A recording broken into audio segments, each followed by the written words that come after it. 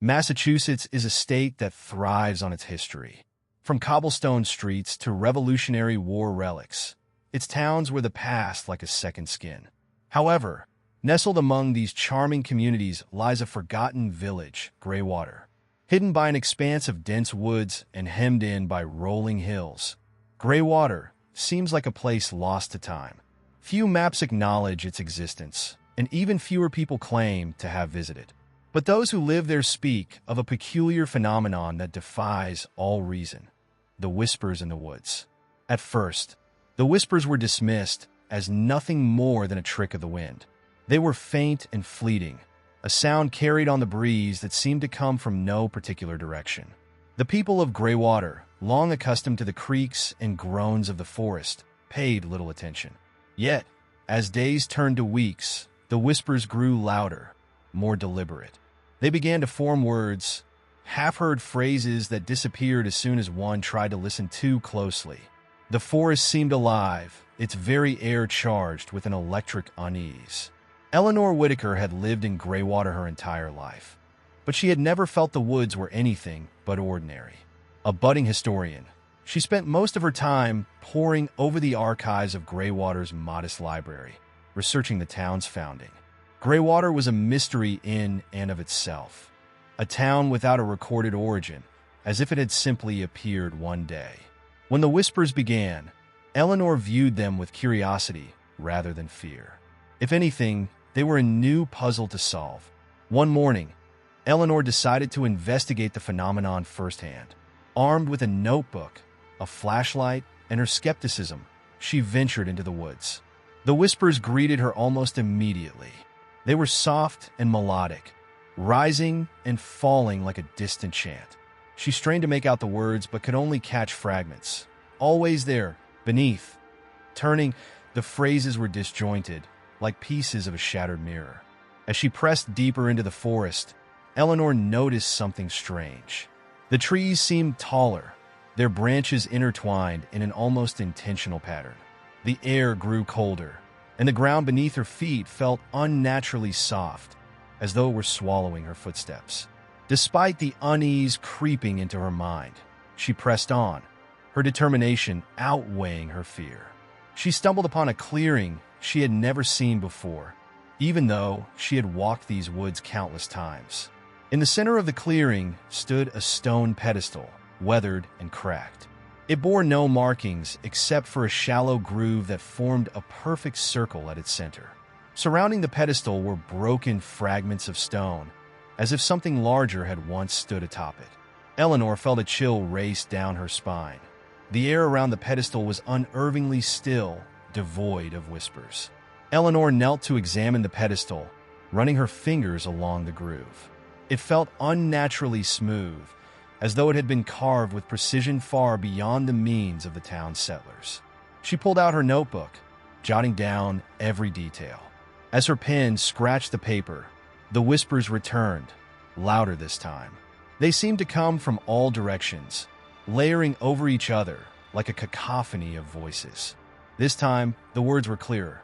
"Turn back, not yet too soon." A sudden gust of wind blew through the clearing, sending a shiver through Eleanor's body. The trees swayed violently, their branches clawing at the sky. The pedestal began to hum, a low vibration that seemed to emanate from deep within the earth. Eleanor stumbled backward, her flashlight flickering erratically. For the first time, a sliver of fear pierced her resolve. She turned to leave the clearing, but the forest seemed different now. The trees were closer together, their trunks forming an almost impenetrable wall. The whispers grew louder, more urgent. "Leave while you can before it wakes." Eleanor's breath quickened as she pushed through the dense underbrush, her flashlight casting frantic beams of light. The forest felt alive, each step a struggle against unseen forces. When she finally emerged from the woods, Eleanor collapsed onto the grass, her chest heaving. She turned to look back, but the path she had taken was gone, replaced by an unbroken wall of trees. Clutching her notebook, she hurried back to town, her mind racing with questions. What had she stumbled upon? And why did it feel as though the whispers were meant for her alone? That night, As Eleanor lay in bed, she couldn't shake the feeling that something in the forest had followed her home. The whispers didn't stop at the tree line. They lingered, faint and taunting, just outside her window. For the first time, she began to wonder if Greywater's history wasn't just lost, but deliberately buried. Greywater awoke under a pale morning sky. The sun's light filtered through an overcast haze. The whispers from the woods seemed to linger in Eleanor's mind as she walked to the library, her notebook tucked under her arm. The events of the previous day replayed with an unsettling clarity, and though she hadn't spoken to anyone about her discovery, she couldn't shake the feeling that the pedestal had been waiting for her. It wasn't just the whispers that unnerved her. It was the sense that they knew her. The library was quiet, as always. Eleanor preferred it that way. The building itself was old, a two-story structure built of stone and timber that seemed to groan with the weight of time. She made her way to the back room, where the oldest records were kept, hoping to find any reference to the clearing, the pedestal, or even the whispers. Her hands trembled slightly as she opened the first dusty ledger. The pages were brittle, the ink faded, but she could still make out the faint scrawl of meticulous handwriting. Hours passed as she sifted through town charters, property maps, and personal journals, yet none of them mentioned the clearing. It was as though the forest itself had been deliberately ignored in Greywater's recorded history. She was about to give up when her fingers brushed against a folded piece of paper tucked into the spine of an old journal. Carefully, she unfolded it, revealing a sketch of what appeared to be a door. The door in the sketch was ornate, with intricate carvings of symbols Eleanor couldn't decipher. At its center was a circular groove, identical to the one on the pedestal. Beneath the sketch, a single line of text was scrawled in hurried handwriting. The door is not always there. Find it before it finds you. Eleanor's breath caught. She traced the grooves on the sketch with her finger, her mind racing. Was the pedestal some kind of marker? A keyhole? The thought sent a shiver down her spine. Before she could think further, the sound of footsteps echoed through the library. She turned, expecting to see Mrs. Caldwell, the librarian, but the room was empty. The footsteps continued, growing louder, yet no one appeared. She froze, her pulse quickening, as the whispers began to hum faintly in her ears. They seemed to emanate from the very walls, forming half-words that tugged at the edge of her understanding. Then, just as suddenly as they began, they stopped. Eleanor's gaze darted around the room, but there was nothing unusual. She shook her head, telling herself she was simply exhausted, though she knew it was more than that. That night, she returned to her small cottage on the edge of town. The house was old but comfortable, filled with books and artifacts she had collected over the years. She set the sketch on her desk, staring at it under the flickering light of a single lamp. It didn't make sense. How could a door find someone? And what did the whispering voices mean by "not yet"? Determined to understand, she decided to sketch the clearing from memory. She was halfway through the drawing when a faint knock echoed through the house. Eleanor froze, her pencil hovering over the page. She glanced at the clock. 10:47 p.m., too late for visitors. The knock came again, louder this time, a deliberate 3 beats. Slowly, she rose from her desk and made her way to the front door. When she opened it, there was nothing but darkness. The empty street stretched out before her, lit only by the pale glow of a distant street lamp. A cold wind swept through the doorway, making her shiver. She was about to close the door when she noticed something on the ground, a piece of paper folded neatly in half. She picked it up, her hands trembling, and unfolded it. It was another sketch, this time of her own house. The same door from the earlier drawing was now etched into the wall of her cottage, right where her front window should have been. Her breath caught as she realized the sketch wasn't just of her house. It was of her house at this exact moment. The faint glow of her desk lamp was visible through the drawn curtains. Beneath the sketch, another line of text. "It's closer than you think." Eleanor slammed the door shut, her heart racing. She locked it and backed away, her mind reeling. The whispers returned, louder now, filling her ears with fragmented sentences she couldn't piece together. She turned to look at the window, but her curtains seemed to ripple as though something on the other side was watching. For the first time in her life, Eleanor felt truly unsafe in her own home. She didn't sleep that night. Instead, she sat at her desk, staring at the two sketches side by side. The door was coming closer. Of that, she was certain. But what would happen when it arrived? The next morning, Greywater awoke under the same dull sky, its residents moving about their routines with a quiet indifference. Eleanor, however, was far from indifferent. Sleep-deprived and jittery, she left her house as soon as the first light broke, unable to shake the feeling that her home had become a trap. The sketches from the previous night burned in her thoughts, their cryptic warnings gnawing at her already frayed nerves. The library was her refuge, and she hoped it would provide answers. Yet as she stepped into the quiet building, a sense of unease washed over her. Something was different. The air felt heavier, the shadows darker, as if the room itself was aware of her presence. She moved toward the back room where she had found the mysterious sketch the day before. But before she could enter, a voice stopped her. "You shouldn't be here." The voice was deep and deliberate, coming from a man standing in the far corner of the library. Eleanor hadn't noticed him at first, hidden in the shadows among the shelves. He was tall, his features obscured by the dim light, and he wore a long, dark coat that seemed to swallow the faint morning glow. "Who are you?" Eleanor demanded, though her voice wavered. She clutched her notebook tightly, her knuckles white. "I'm someone who knows the dangers of digging too deep," he replied, stepping forward. His face came into view, a weathered, gaunt visage with piercing eyes that seemed to look straight through her. "And you, Ms. Whitaker, are digging far too deep." Eleanor felt a cold chill at the mention of her name. She didn't recognize this man, yet he seemed to know her. "How do you know my name?" "What do you mean? Too deep?" The man sighed, his expression softening slightly. "The woods, the whispers, the pedestal. They aren't just quirks of this town. They're warnings, signs that should not be ignored. People have tried to uncover the truth before, just like you. None of them have come back the same." She narrowed her eyes, frustration overriding her fear. "Then why are you still here? If you know so much, why haven't you left?" A small, humorless smile flickered across his face. "Because I've seen the door, and once you see it, there's no leaving." "Not truly." The words hit Eleanor like a blow. The door. It was real. Then, not just an artifact of folklore or her overactive imagination.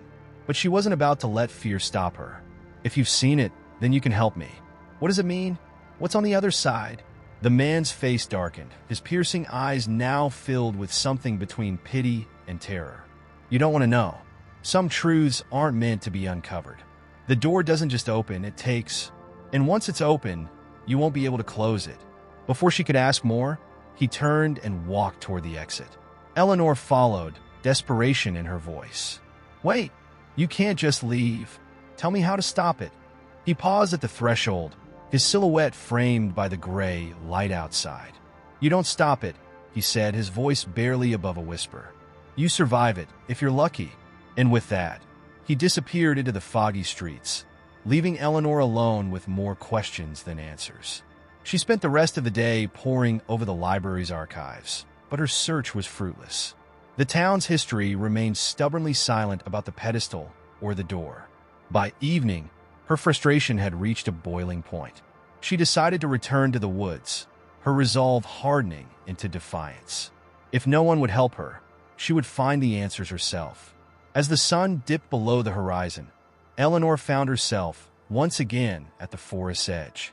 The air was colder now, the shadows deeper, as though the forest itself was bracing for her return. She stepped forward, flashlight in hand, and the whispers greeted her immediately. This time, they were louder, more insistent. "Not ready. Not yet. Turn back." But she didn't turn back. She pressed on, her flashlight cutting through the darkness. The path twisted and turned, the trees closing in around her like a living maze. The whispers followed her, growing more erratic, until they seemed to be shouting all at once. Closer, closer, too close. When she reached the clearing, she froze. The pedestal was gone. The clearing was empty, as though the pedestal had never existed. The ground where it had stood was smooth and undisturbed, and the oppressive stillness was replaced by a deafening silence. Eleanor's heart raced as she scanned the area, her flashlight trembling in her grip. The whispers had stopped entirely, leaving her alone in the suffocating quiet. But then, just as she turned to leave, she saw it, a faint outline in the darkness, barely visible against the trees. It was a door standing upright in the clearing with no wall to support it. Its surface was carved with the same symbols from the sketch, glowing faintly in the dim light. At its center was the circular groove, now filled with a dark, swirling substance that seemed to pulse like a heartbeat. The whispers returned, louder than ever, but now they spoke with chilling clarity. "You've found it, but it's not ready. And neither are you." Before Eleanor could react, the forest erupted in a cacophony of sound, branches snapping, leaves rustling, and a low, guttural growl that came from everywhere and nowhere. She turned and ran, her heart pounding as the forest seemed to close in around her. When she finally burst free from the woods and into the open air, she didn't look back. The whispers were gone, but their words lingered in her mind. The door was real, and it was waiting for her. But for what? She didn't know, and that terrified her more than anything. The days following Eleanor's encounter with the door were a blur of anxiety and unease. She couldn't shake the image of the swirling substance within the door's circular groove, or the whispers that had spoken with such chilling clarity. Sleep eluded her, and the growing sense that she was being watched gnawed at her every waking moment.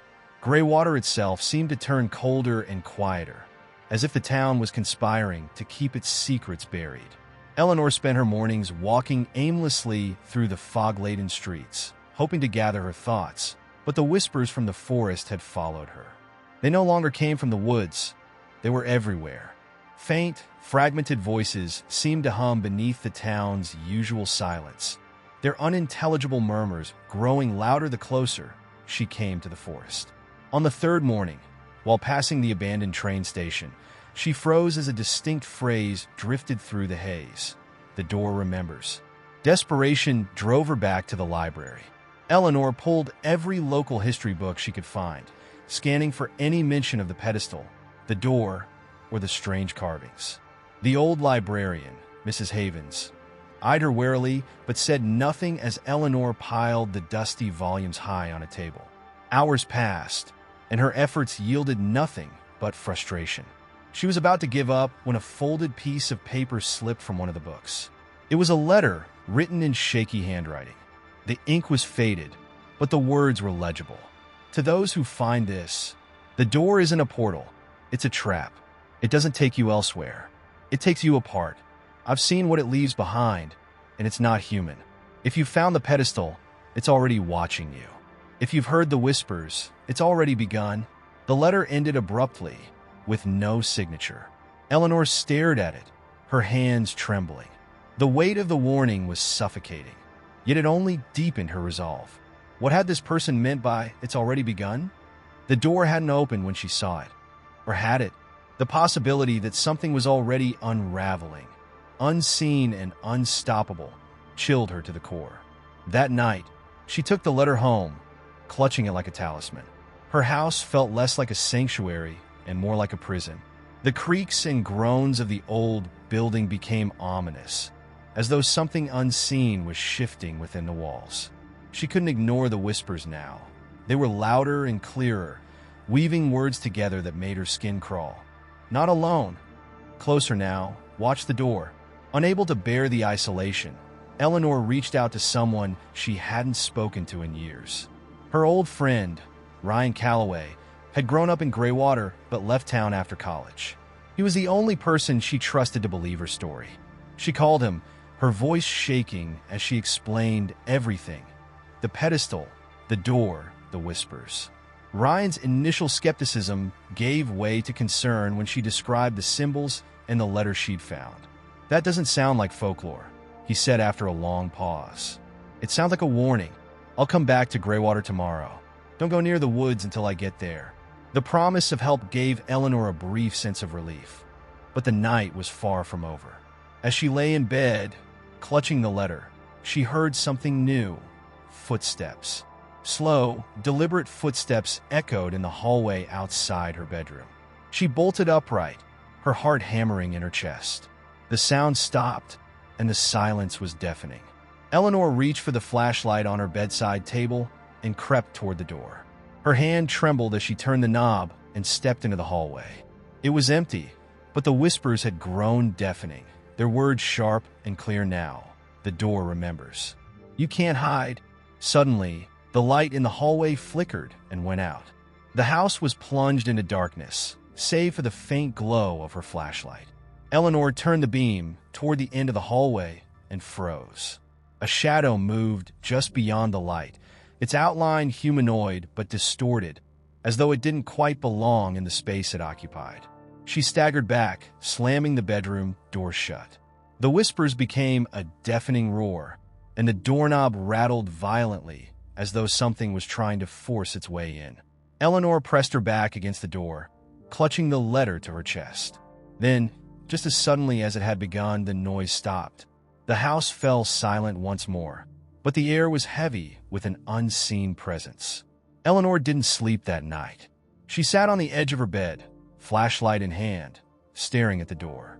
By morning, her phone buzzed with a message from Ryan. I'm on my way. Don't do anything reckless. As she read his words, Eleanor's resolve hardened. She didn't need another warning. She needed answers.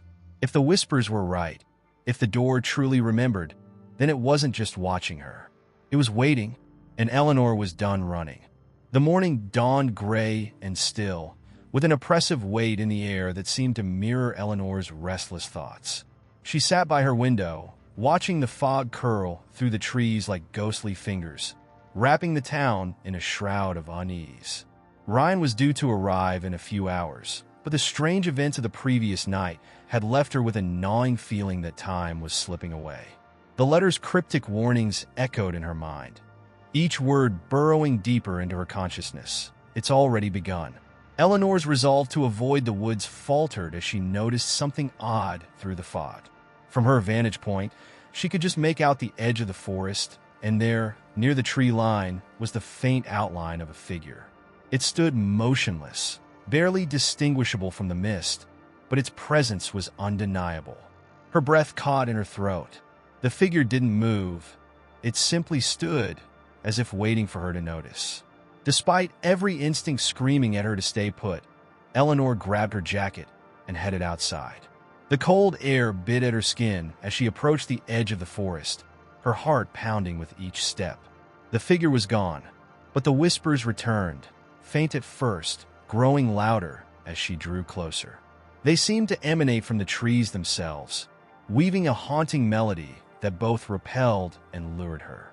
When Eleanor reached the pedestal, it was different. The carvings that had once seemed dormant now pulsed faintly, their patterns glowing with an unnatural light. The circular groove at its center was empty, but the air above it shimmered, as if the space itself was bending and shifting. A cold, nauseating sensation washed over her as she stepped closer, her mind racing with questions. The whispers grew deafening. This time, she could make out distinct words. Turn the key. Find the door. The phrase repeated, overlapping itself until it felt like a chant. Eleanor's pulse quickened. She didn't understand what it meant. There was no key, no door. Or was there?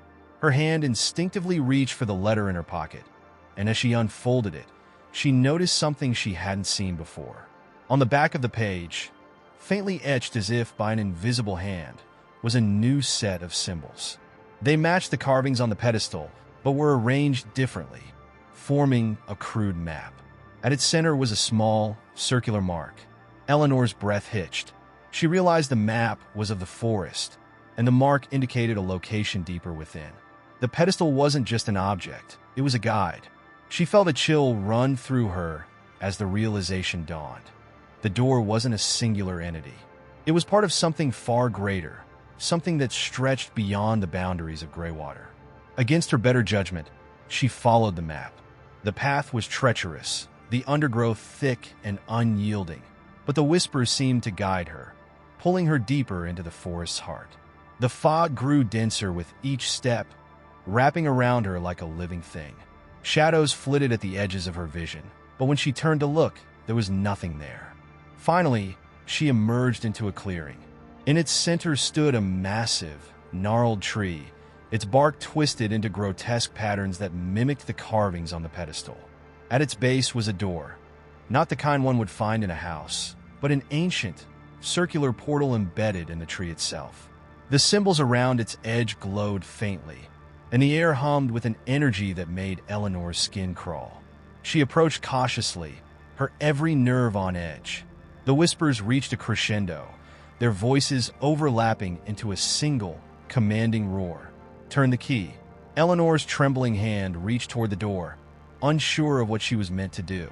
Suddenly, a sharp, familiar voice broke through the cacophony. "Eleanor, stop!" She spun around to see Ryan standing at the edge of the clearing, his face pale with fear. He looked from her to the door, his expression a mixture of shock and urgency. "You don't know what you're dealing with," he shouted. But it was too late. As Eleanor hesitated, the symbols on the door flared to life, and the circular groove began to spin.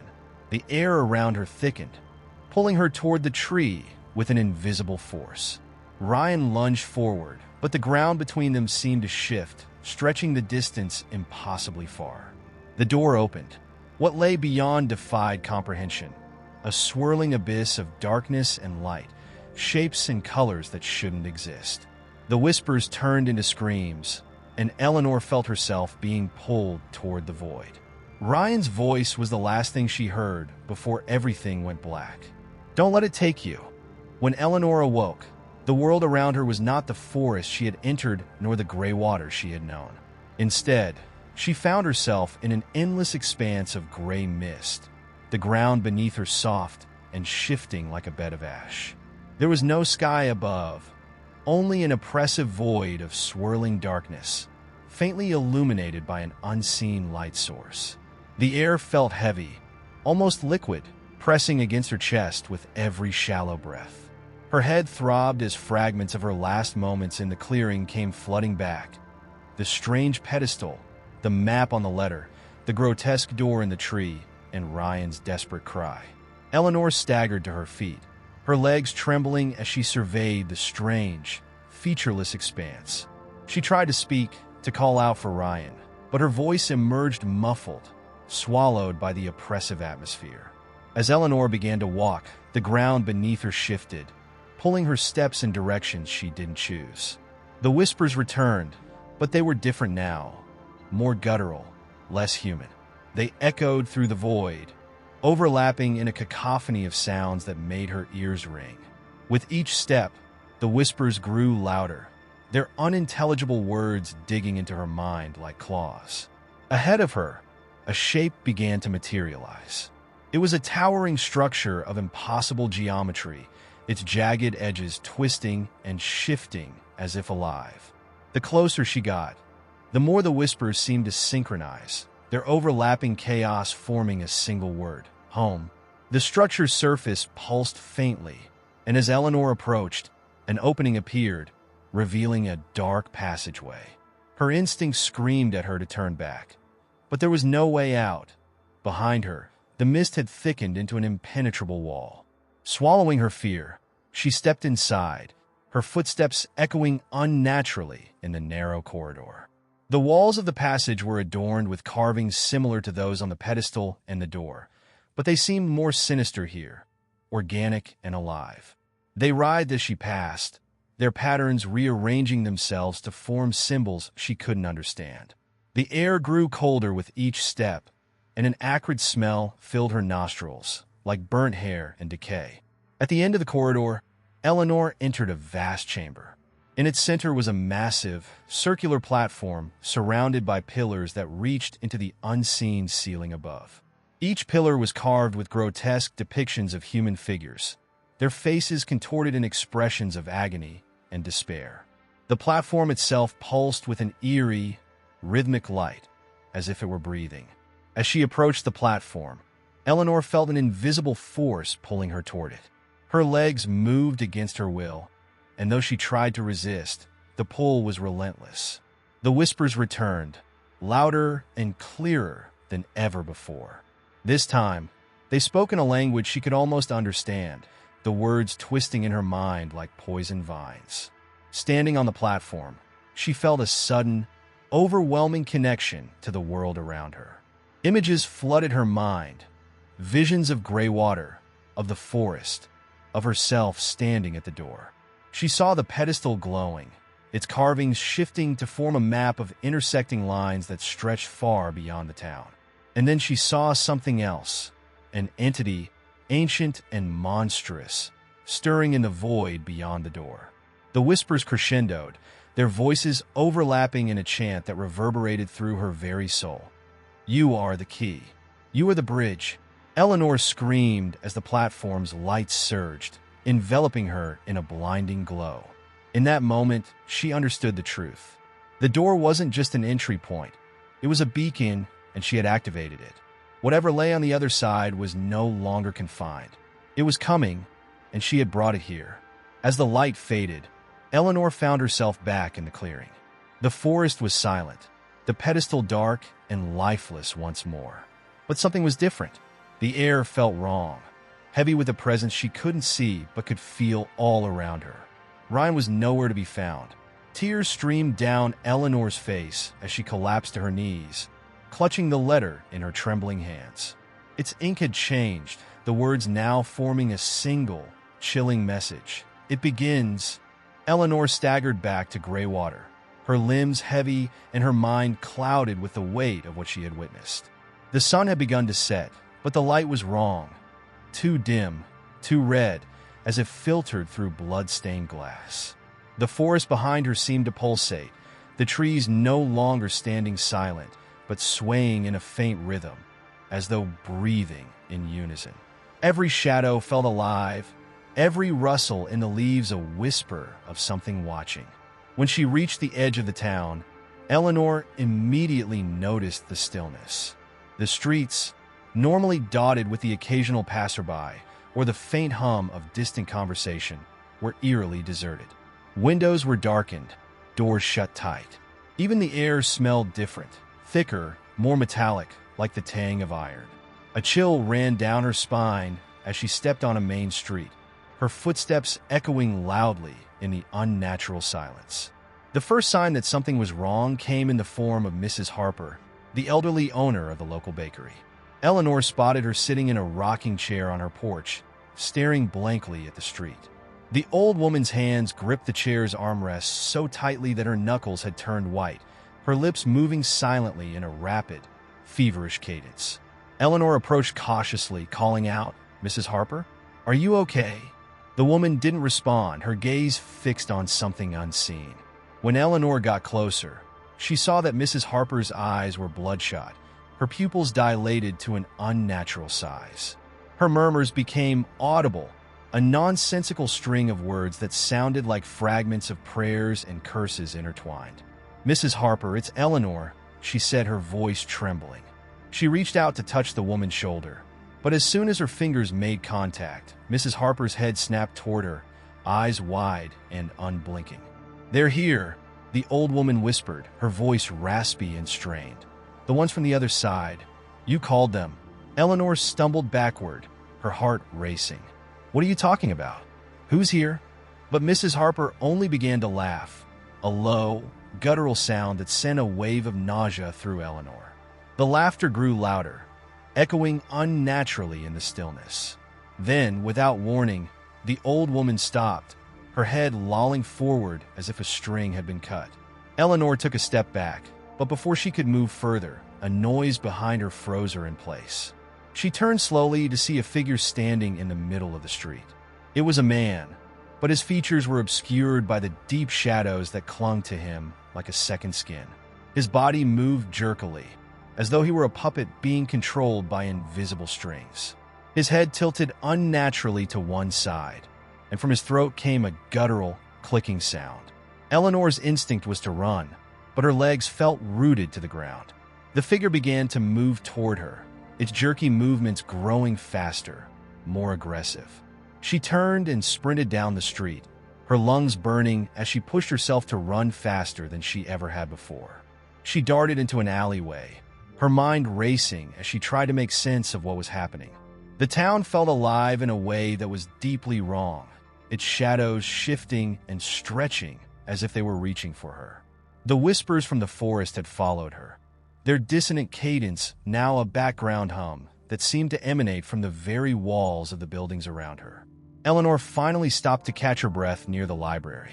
The door was unlocked, and she slipped inside, bolting it behind her. The air inside was thick with the scent of old paper and dust, familiar and comforting in its mundanity. She slumped against the wall, her chest heaving as she tried to calm her racing heart. But the respite was short-lived. As she scanned the darkened room, her eyes landed on the mural that adorned the far wall, a piece of art she had seen countless times growing up. It depicted the founding of Greywater, the settlers standing proudly at the edge of the forest. But now, the mural had changed. The settlers' faces were twisted in agony, their bodies contorted into grotesque shapes. Behind them, the forest loomed larger than before, its trees gnarled and monstrous, with shadowy figures peering out from between the branches. Eleanor stumbled backward, her breath catching in her throat. Then she noticed something else, a figure painted at the mural's edge, standing apart from the others. It was unmistakably her. A deep, resonant voice echoed through the library, shaking the very walls. "You are the key, the bridge, and now you must open the way." Eleanor turned, but the room was empty. The whispers rose again, and the ground beneath her feet trembled. It was no longer a question of what was happening. The question now was how she was going to stop it, before Greywater, and everyone in it, was consumed by whatever she had unleashed. Eleanor left the library with a mix of urgency and dread. The mural's grotesque transformation burned into her mind. The town's once familiar streets now felt like a labyrinth of menace, each turn promising the unknown. The figure from the street was gone, but Eleanor felt its presence lingering, watching, waiting. Her thoughts raced back to Ryan. Where was he? Was he even still alive? As she moved cautiously, she noticed subtle changes in Greywater. The buildings seemed older, their brickwork cracked and worn, as if they had aged decades overnight. Streetlights flickered erratically, casting unnatural shadows that seemed to stretch toward her. The whispers, faint but persistent, grew louder as she approached the town square, guiding her like a sinister current. When Eleanor reached the square, she found a small gathering of townspeople. Their faces were pale, their eyes hollow, as if they had seen something beyond comprehension. Among them was Father Jonas, the elderly priest from St. Augustine's chapel. He stood in the center, holding a worn Bible, his hands trembling. "You've felt it, haven't you?" he said, his voice cracking as he addressed the group. "The shift, the wait. Greywater is no longer our home. It's something else now."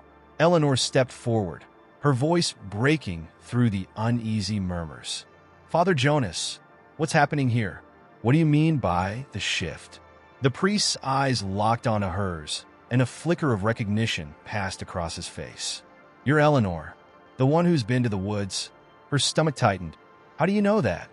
"Because the forest has awakened," he said solemnly. "And it does not awaken without reason. For centuries, we've guarded the truth, hoping the time would never come. But it has. The door, it's open now, isn't it?" Eleanor's heart sank. "I didn't mean to. I didn't even know what it was. Intentions mean nothing to the forces at work here," Father Jonas interrupted, his tone sharp. "The door was sealed long before Greywater even existed. It is a bridge between our world and something else, something that should never cross over." The crowd grew restless, their murmurs turning to fearful whispers. One woman clutched her child tightly, her eyes darting around as if expecting an attack. Another man muttered a frantic prayer under his breath. Father Jonas raised his hands, trying to calm them. "There may still be time to close it, but it won't be easy. The forest doesn't give back what it takes. And the entity that waits on the other side, its hunger is endless. What do we do?" Eleanor asked, her voice steady despite the terror bubbling beneath the surface. The priest hesitated, his expression grim. "The seal can only be restored by the one who broke it. You must return to the door, Eleanor. But this time, you won't go alone." Before Eleanor could process his words, a distant sound interrupted the tense atmosphere. It was a deep, guttural roar that reverberated through the air, followed by the faint sound of trees snapping like matchsticks. The crowd froze, their fear palpable. "They've started to come through," Father Jonas whispered, his face ashen. "If we don't act now, Greywater will be the first to fall, but not the last." Eleanor's resolve hardened. She didn't fully understand the forces at play, but she knew she had to do something. Looking at the frightened faces around her, she realized she couldn't turn back now. Whatever had been unleashed wasn't just her burden, it was everyone's. Father Jonas reached into his coat and handed her an object wrapped in cloth. When she unwrapped it, she found a small, intricately carved dagger. Its blade shimmered faintly, etched with runes similar to those she had seen in the forest. "This is a relic from the first settlers," Jonas explained. "It's said to weaken the entities beyond the door. You'll need it." Eleanor nodded, her grip tightening on the dagger. The whispers in her mind grew louder, as if mocking her resolve. But she wouldn't back down. With the priest and a handful of townspeople by her side, she prepared to return to the forest, to the door, and to whatever horrors awaited her beyond it. As they set off, the red-tinted sky darkened, and the air grew colder. Eleanor couldn't shake the feeling that they were walking into a trap, but there was no other choice. The fate of Greywater, and perhaps the world, depended on what she did next. The group moved as one through Greywater's deserted streets, the oppressive silence broken only by the shuffle of their feet and the occasional distant creak of the forest. Eleanor led the way, clutching the dagger Father Jonas had given her, its weight both reassuring and ominous. Behind her, Jonas muttered prayers under his breath, his trembling hands clutching his Bible. A few townspeople followed, armed with crude tools, axes, shovels, and hunting rifles. Their expressions betrayed a collective terror that no weapon could hope to counter. As they reached the edge of the forest, the air grew thick with a suffocating mist. The trees loomed like skeletal sentinels, their branches clawing at the sky. The whispers Eleanor had first heard in the library grew louder, weaving into a strange, rhythmic chant. She glanced back at the others, but it was clear they couldn't hear it. Only she could. The first steps into the forest were the hardest. Each footfall seemed to echo, as though the earth itself were listening. The path that had seemed so familiar to Eleanor before now twisted and shifted, the trees closing in around them. The lanterns the group carried cast feeble circles of light, but beyond them lay impenetrable darkness. "Stay close," Jonas warned, his voice strained. "The forest will try to separate us." Eleanor's stomach churned at the implication. It wasn't just the forest that unnerved her. It was the palpable sense of something alive, watching, waiting. The deeper they ventured, the more the forest seemed to change. The trees bled sap the color of ink, and the ground pulsed faintly underfoot, as though the earth itself had a heartbeat. Suddenly, a shrill scream pierced the air. The group froze, their breath hitching in unison. The scream came again, distant but unmistakable. It was human. "Ryan," Eleanor whispered, her heart pounding. "Don't," Jonas cautioned, grabbing her arm. "The forest lies. It knows what you fear, what you hope for. It will use that against you." But the scream came again, closer this time, and Eleanor couldn't ignore it. She tore herself free from Jonas's grasp and ran toward the sound, the dagger gripped tightly in her hand. The others shouted after her, their voices fading as the forest seemed to swallow them whole. Eleanor ran until her lungs burned, the screams leading her deeper into the woods.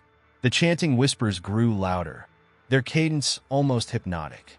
Finally, she stumbled into a small clearing and stopped, gasping for air. In the center of the clearing stood a figure. At first, she thought it was Ryan. The figure was about his height, his frame familiar, but something was wrong. His movements were jerky, as though he were a puppet on strings. As Eleanor stepped closer, the figure turned, and she gasped. It wasn't Ryan. The face that turned toward her was grotesquely distorted, the features stretched and wrong, as if someone had tried to mold clay with trembling hands. The figure opened its mouth, and Ryan's voice emerged, fractured and broken. "Help me, Ellie." Eleanor took a step back, her mind racing. She clutched the dagger tighter, its runes glowing faintly in the dim light. "You're not real," she said, her voice trembling. "You're not him." The figure tilted its head, the motion unervingly mechanical. "I'm all you have left," it said, the voice shifting, growing deeper, more guttural. "Abandon them. Come with me." Before Eleanor could respond, a shot rang out. The figure jerked violently, then dissolved into a black, oozing mist that quickly evaporated. Behind her, Father Jonas and the rest of the group emerged, the priest holding a smoking rifle. "Do not trust anything here," Jonas said, his voice firm but shaking. "Not even yourself?" The group pressed on, but the encounter left Eleanor shaken. The whispers in her mind grew louder, their chant evolving into words she couldn't fully understand. Yet one phrase stood out, repeating over and over, "The door is open. The door is open." As they continued deeper into the forest, the path ahead seemed to ripple, as though the very fabric of reality were unraveling. Eleanor realized with chilling certainty that they were no longer in gray water. Not entirely. The forest had become something else, a place caught between worlds. And whatever waited at its heart was growing stronger by the second. The further they ventured into the heart of the forest, the more the air around them seemed to pulse with an unnatural energy. The trees, once stoic and towering, now twisted in impossible shapes, their bark oozing with a viscous substance that glowed faintly under the pale moonlight. Eleanor couldn't shake the feeling that the forest was breathing, alive in a way no natural place should be. The ground beneath her feet was soft, like a wet sponge, giving way with each step. It was as if the forest itself were swallowing them, inch by inch. Father Jonas, who had been strangely silent since the encounter with the figure, finally spoke. "We are near. The door is close." His voice was hollow, as though he, too, had begun to feel the suffocating weight of the forest. Eleanor nodded, but she didn't share his certainty. She wasn't sure if it was the forest's influence or something within her own mind that was telling her the door was near. The whispers had become so loud, so insistent, that they were no longer merely audible. They were felt like a vibration in her chest. Her heart raced in time with the rhythm of the chanting. Suddenly, the ground before them split open with a loud crack. The air grew still, as if the entire forest had collectively held its breath. A deep, black void yawned before them, the darkness seeming to swallow the light of their lanterns. Eleanor felt the weight of it, the pull of it, and despite the terror clawing at her, she couldn't look away. "That's it," Father Jonas said, his voice barely a whisper, as though speaking louder would summon something worse. "The door." Eleanor stepped forward cautiously, her hand tightening around the dagger. She could feel the oppressive force radiating from the opening, its very existence a violation of the natural order. She glanced back at the others. Jonas and the townspeople had stopped at the edge of the chasm, unwilling or unable to approach further. But it wasn't just fear that held them back. It was the knowledge that they were standing on the precipice of something beyond their comprehension. The air around the door seemed to distort, rippling like heat off a fire. Eleanor's breath caught in her throat as she saw what lay within. Not just darkness, but shapes, figures that moved and twisted within the void. They were not human. Their forms were made of shifting shadows, their outlines constantly changing, flickering like flames in a windless room. A low growl rumbled from the depths, sending a shiver of dread through Eleanor's spine. She wanted to turn away, to run back to the safety of gray water, but something in her wouldn't let her. The whispers, which had been a mere murmur in the background before, now surged in her mind, urging her forward. "You must go in," they said, the words clearer now, as if speaking directly to her. "The seal cannot be closed until you are inside." Father Jonas stepped up beside her, his face twisted in both fear and resolve. "You have to do this. No one else can. The door was made for you, Eleanor. Only you can close it." The weight of his words hung heavily in the air. Eleanor turned to face him, seeing the desperation in his eyes. He had placed everything on her, this town, this world, perhaps even himself. She felt the crushing responsibility settle on her shoulders. With a deep breath, Eleanor raised the dagger, the runes etched into its blade glowing faintly in the dark. She could feel the power within it, ancient and dangerous, like it was thrumming with the energy of the door itself. "I don't know how to close it," she admitted, her voice trembling. "You will," Jonas replied. "The relic chooses its bearer. Trust it. Trust yourself." Eleanor nodded, though doubts still gnawed at her. She stepped closer to the edge of the chasm, her heart pounding as she peered into the blackness. The figures within the void began to coalesce, drawing closer, their distorted faces now visible in the darkness. They were not just shadows. They were something worse, something that existed outside of reality itself. And they were aware of her. The whispers rose to a deafening crescendo, and in that moment, Eleanor felt something shift within her. The dagger hummed in her hand, responding to the pull of the void. She knew what she had to do. With a final breath, Eleanor stepped into the chasm, the darkness closing in around her as she descended into the unknown. But just before the darkness consumed her entirely, she heard a voice, faint but unmistakable. Ryan's voice. "Eleanor, don't." The words were cut off, swallowed by the void, and Eleanor vanished into the heart of the door. The moment Eleanor stepped into the void, the world as she knew it ceased to exist. The chasm swallowed her whole, and she was suspended in nothingness, a black, formless space where time and space had no meaning. She felt no ground beneath her feet, no wind against her skin. It was as though she were floating in a dream, one where all the rules of reality had been rewritten, distorted beyond recognition. The whispers that had accompanied her every step on the journey to the door now surrounded her, swirling around her in a cacophony of voices. Some were familiar, echoing words she had heard before. Her name, the plea of Ryan, the warnings from Jonas. But beneath them all was a new voice, deeper and more resonant, speaking words she could not understand. The voice seemed to pulse with the rhythm of her heartbeat, as if it were alive and sentient. At first, Eleanor tried to fight against the pull of the voices, but the more she resisted, the stronger their grip became. She could feel them seeping into her thoughts, their presence invasive and overwhelming. Each whisper seemed to speak to a different fear, a different insecurity, each one reaching into the darkest corners of her mind. "You're alone," one whispered. "You've always been alone." Another voice sneered. "They never cared for you. They abandoned you, just like everyone else." Eleanor clenched her eyes shut, determined not to give in to the madness that threatened to consume her. She was still holding onto the dagger, its weight a constant reminder that she wasn't entirely helpless. It was the only tether she had left to her reality, the only thing keeping her grounded in the face of the overwhelming void. Then, as though sensing her resolve, the whispers stopped. Silence. It was deafening in its emptiness. Eleanor opened her eyes slowly, but what she saw made her blood run cold. She was no longer in the void. The world around her was dark, but this time there was a tangible sense of place. She stood in a forest, but not the one she had known. The trees here were twisted, gnarled, their trunks blackened and contorted. The sky overhead was an unnatural shade of red, swirling with dark clouds that seemed to pulse with energy. She was no longer alone. Figures moved in the shadows, their forms flickering like flames in the windless night. They were not human, but something far worse.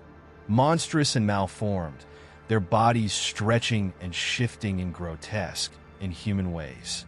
They were watching her, their eyes glowing with a strange, otherworldly light. Eleanor's heart raced as she took a step back, realizing the magnitude of the situation.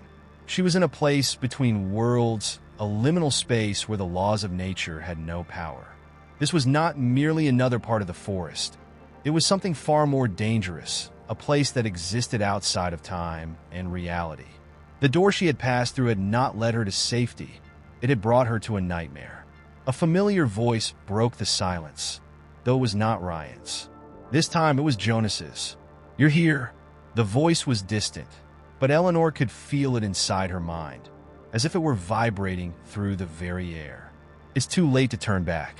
The door is open, and there is no closing it now.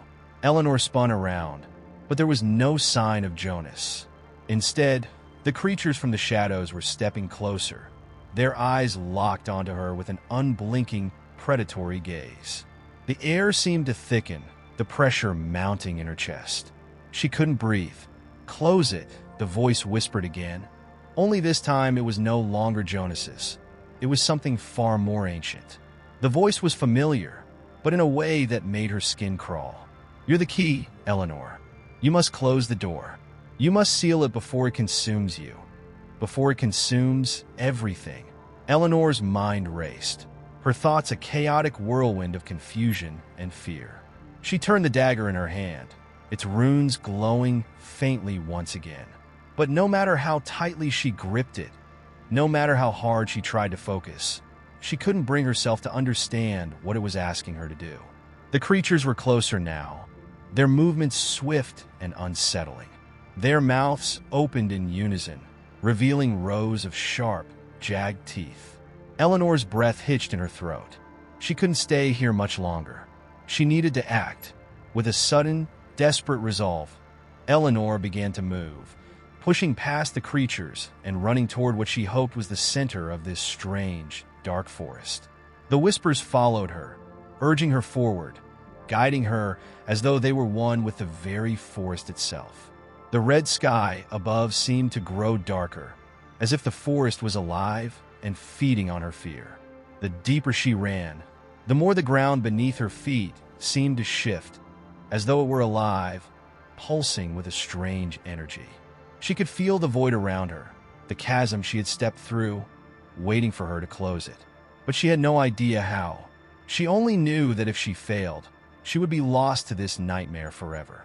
And then in the distance she saw it, a massive, ancient door standing alone in the center of the forest, surrounded by the writhing shapes of the creatures. It was open, and beyond it, Eleanor knew, was the world she had left behind, the world of Greywater. But it was more than just a door. It was a barrier, a boundary between realms, and Eleanor was the only one who could stop it from breaking apart. She wasn't just a visitor in this world. She was its last hope. The only question was whether she could find the strength to close it before everything and everyone was consumed. The door loomed in front of Eleanor, a monumental structure that seemed to pulse with an energy all its own. The closer she got to it, the stronger the pull became, as if the door itself was aware of her presence, drawing her in with an irresistible force. The creatures were still around her, their distorted forms flickering in and out of the shadows, but they no longer mattered. She had one goal now: close the door. She didn't fully understand how, but her mind knew it had to be done. The whispers had quieted, leaving only a low hum that reverberated in the air. It was the hum of something ancient, something forgotten. Eleanor could feel the weight of it, the immense power that had been held back for so long, waiting for the right moment to break free. She stepped closer, her breath shallow, her pulse racing. The dagger in her hand seemed to grow warmer, its runes glowing brighter in the presence of the door, as though it, too, recognized what was at stake. But as she reached for the door, the creatures moved closer, their eyes gleaming with malevolent intent. They were not just shadows. They were hunger, they were chaos, and they were aware that the seal was slipping. The door, she realized, was not a passage. It was a boundary, a fragile barrier that held back something far worse than what lay within the void. If she failed, the world she had known would cease to exist. A voice, low and resonant, echoed through the air, vibrating in her chest. "You cannot close it, Eleanor." She froze, her heart hammering in her chest. The voice wasn't a whisper anymore. It was a presence, an intelligence speaking directly to her. Eleanor turned, but there was no one there. The voice seemed to come from everywhere and nowhere at once, an overwhelming force that seemed to twist the very fabric of reality. "You are the key," the voice continued, "but not the one who can undo the lock." Eleanor's mind raced. What did it mean? She had been told, over and over, that she was the one who had to close the door. But now, this voice was saying something different, something far more disturbing. "The price of the seal is your soul," the voice whispered, its words dripping with malevolence. "The door cannot be closed without a sacrifice. And that sacrifice is you." Eleanor stumbled back, her stomach lurching with terror. She had known, on some level, that there was something more at stake here, something beyond just the safety of Greywater. But to hear it spoken aloud, to have the weight of that truth settle over her, was like being struck by lightning. Her breath caught in her throat. The dagger, once her weapon, now felt like a shackle, binding her to a fate she had not chosen. "Don't listen," another voice urged, and this time, Eleanor recognized it. Ryan's voice. His voice was full of pain, of desperation. It cut through the chaos of the other whispers, grounding her in a reality she still clung to. "You're not alone. You don't have to make this choice. There's always another way." Eleanor clenched her fists around the dagger, her knuckles white. She wanted to believe him. She wanted to believe there was another way out of this nightmare. But the voice, the one that had spoken of the price, lingered in her mind, growing louder with every passing second. It was telling her that there was no escape, that no matter what, she would have to pay the price. The creatures were closing in around her, their bodies twisting, becoming more grotesque by the second. Their eyes never left her, their hunger palpable in the air. It was as though the world itself was pulling her in, forcing her into a decision that would determine the fate of everything. Suddenly, the ground beneath her feet shifted, a crack running through the earth as if the very foundation of reality was breaking apart. The creatures screeched in unison, a sound that was both terrifying and sorrowful. The door began to glow brighter, its energy pulsing more rapidly, as if it, too, was preparing to unleash its power. Eleanor felt the weight of the decision crushing her. The dagger pulsed in her hand, as if urging her to act. But what was she supposed to do? Could she close the door, seal the rift, and sacrifice herself for the sake of the world? Or was there another way? Could she find a way to escape this fate? The voice came again, this time louder, more insistent. "You are the chosen one. Only you can stop it, but it will cost you everything." And then, as if in answer, the ground beneath her feet split wide open, the rift growing larger, and the creatures surged forward, their claws reaching for her. With no more time to think, Eleanor made her decision. The weight of the dagger was overwhelming, its power pulling at her, urging her to strike. She stepped forward, raising the dagger high. The creatures howled in fury, the air crackling with the tension of the moment. And then she plunged the dagger into the door. The world erupted in light, the sky above shattering into 1,000 pieces, and the ground beneath her feet crumbled. The creatures screamed, their bodies disintegrating into ash as the door began to close, sealing the rift once and for all. But Eleanor, with her soul bound to the blade, was pulled into the void, the light swallowing her whole. In the distance, through the fading chaos, Ryan's voice echoed once more. "Eleanor!" But it was too late. The door had closed, and with it, Eleanor had vanished. The silence that followed the closing of the door was deafening. The earth, once quaking under the weight of the battle between reality and the void, stilled in a way that was almost unnerving. The light, which had flared so brightly just moments before, faded, leaving behind an eerie twilight that settled over the land like a heavy, suffocating fog. The creatures, the horrors that had once filled the air with their frantic, gnashing hunger, were gone, their forms disintegrated into the very fabric of the world, leaving no trace of their existence behind. Ryan stood at the edge of the now-destroyed ground, his body trembling as he searched the horizon for any sign of Eleanor. The earth had split wide open, the jagged edges of the rift still glowing faintly, as though it were a wound that had not yet fully healed. But there was no sign of her, no trace of the woman who had risked everything to close the door, to save them all. In the stillness, Ryan's heart sank, the weight of what had happened crashing down on him. He had seen her vanish, consumed by the light as the dagger sunk into the door. He had heard her cry out, a scream that had echoed across the ruined landscape. And then nothing, no remnants of her, no sign that she had ever existed outside the chaos of the world that had almost consumed them all. The sky above, once filled with the rift's unearthly glow, had darkened to an oppressive, overcast gray. The air felt thick, suffocating, as if it was trying to hold its breath. Ryan's every step echoed in the stillness, each one a painful reminder of the loss. The promise of hope that had been so close to their grasp now felt hollow, like an empty promise spoken into the wind. As he walked closer to the remnants of the door, a strange sensation crawled over him, an overwhelming sense of emptiness that seemed to reach deep into his soul. He could feel it in the very air, in the space around him. Something was wrong, something beyond just the loss of Eleanor. The world felt incomplete, fractured, as though the very fabric of reality itself had been stretched too thin by the events of the past days. The wind picked up, carrying with it a soft, mournful cry that sent chills down his spine. It was faint, almost indistinguishable from the rustling of the leaves in the trees, but Ryan knew what it was. It was Eleanor's voice, or at least the echo of it, lingering in the space between worlds. She was gone, yes, but was she truly gone? Ryan stopped in his tracks, his heart hammering in his chest. The voice was still there, faint but unmistakable.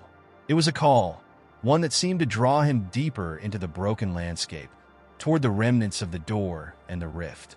He hesitated, torn between the knowledge that he had already lost her and the hope that perhaps, just perhaps, there was something more to her sacrifice than he understood. As he moved toward the rift, the air grew colder, and the sound of the wind intensified, almost as though it were urging him forward. The landscape around him began to shift, the ground beneath his feet softening and warping as though it were being molded by some unseen force.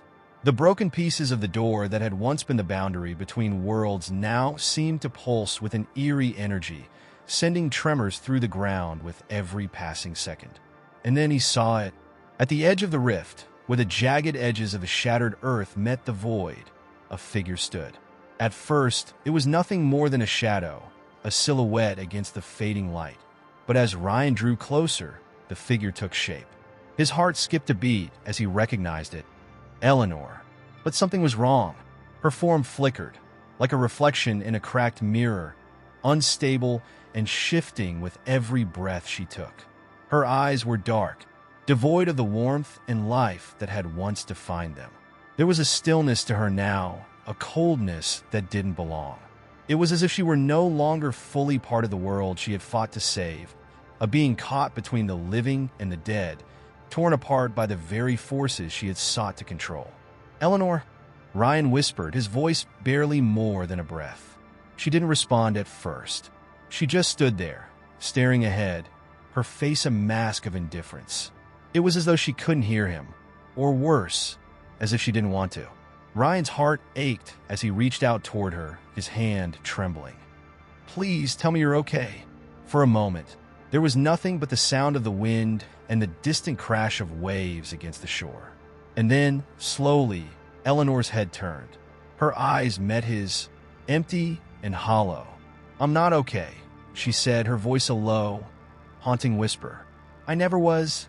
Ryan recoiled, his breath catching in his throat. The words, so cold, so detached, hit him harder than anything else had. He had thought that by closing the door, by making the sacrifice, she would have found peace. But now, in the aftermath of it all, he realized the truth. There was no peace for her. Not anymore. "Eleanor," he said, his voice shaking. "What happened? What did they do to you?" She didn't answer right away. Her form flickered again, the edges of her body blurring, as though she were slowly being pulled back into the rift, caught in a tide she couldn't escape. And then, in a voice so soft it was barely audible, she whispered, "The price was more than I thought. I've become something else, something lost." Ryan watched in horror as she began to fade, her figure dissolving into the very air around her. A part of her soul, was still trapped in the rift, forever caught between the two worlds. And as she disappeared completely, the wind carried her final, haunting words. You must stop it. It's not over. The silence returned, this time heavier than before. Ryan stood there, motionless, his heart breaking as the rift continued to pulse in the distance. Eleanor was gone, but her warning lingered, an echo that would haunt him forever. The door may have closed, but the true battle, the true cost of their actions, had only just begun. The remnants of the world that Ryan had fought so hard to protect now seemed to tremble at the edges, as if the very foundations of reality were crumbling. Eleanor's departure had left a profound emptiness, not just in the landscape, but in Ryan himself. The sense of loss was unbearable, and yet it was clear that the battle was far from over. Her final words, "It's not over," resonated within him, refusing to be silenced by the grief that gripped his heart. There was more to this, something he had failed to understand. The void that had once been a distant fear was now creeping into every corner of his existence, threatening to swallow what little hope remained. In the days following Eleanor's disappearance, Ryan could feel the world around him becoming unstable. It wasn't just the physical landscape, though that too had been scarred by the rift. There was something else, something deeper. It was as though the laws that governed reality were slowly bending, unraveling like a thread coming loose from a tapestry. The air itself felt heavier, oppressive, as if the very atmosphere were being drawn into the abyss that had once been sealed. And it was getting worse. The town, once a refuge from the horrors they had faced, was no longer the place it had been. The streets, once filled with the ordinary hum of life, were now eerily silent. People moved through their routines, but their eyes lacked the spark of vitality that had once defined them. There was a hollowness in their expressions, a vacancy that mirrored the growing void that Ryan could no longer ignore. It was as though the very essence of the town was being drained, piece by something unseen. Ryan began to feel it in his bones, this slow, creeping sense of decay. It was subtle at first, the way the wind would blow, just a little too cold, or how the sun would dip below the horizon a minute too early. Then it grew more pronounced. The days stretched longer, and the nights seemed to deepen, as though time itself were being manipulated by an unseen force. No one spoke of it, but Ryan could see the subtle changes in the people around him. The way they flinched when the wind howled, or the way their eyes darted nervously at the shadows. There was an unspoken fear in the air, one that no one seemed able to name. But Ryan knew what it was. It was the void, the very thing that had once been sealed away by the door. That darkness, that hunger, had not been vanquished. It was still there, lurking beneath the surface, waiting for the right moment to surge forth once more. And it wasn't just a physical force. It was something far more insidious. The void wasn't content with just consuming the land. It sought to devour souls, to hollow out the very spirit of those caught in its wake. Ryan could feel it in himself, too. He found himself haunted by fleeting, unexplainable thoughts. Sometimes, when he walked through the town, he would catch glimpses of figures in the corner of his eye, only to turn and find nothing there. He heard whispers on the wind, voices that didn't belong to anyone he knew. And every time he slept, he awoke to a sense of something terrible just beyond his reach, something waiting for him in the shadows. It wasn't just his own mind that was unraveling. The people of the town were changing too. Once kind and thoughtful, they now moved like zombies, their movements sluggish, their eyes glazed over with a strange detachment. They still functioned, still held jobs, still went through the motions of everyday life, but they were no longer truly alive. Ryan could see it in the way they spoke, in the lack of warmth in their words, in the deadness of their gazes. They had become shadows of their former selves, slowly draining away as the void pressed closer.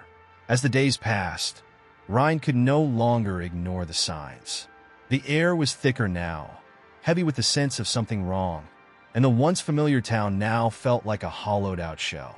The houses, once homes filled with laughter and conversation, now sat dark and empty, their windows like unblinking eyes staring into the abyss. The streets were quieter than ever, the sounds of life muffled by the oppressive weight of the growing darkness. Ryan spent sleepless nights trying to understand what was happening. He had thought that closing the door had sealed the rift, that it had banished the horrors that had threatened to consume them all.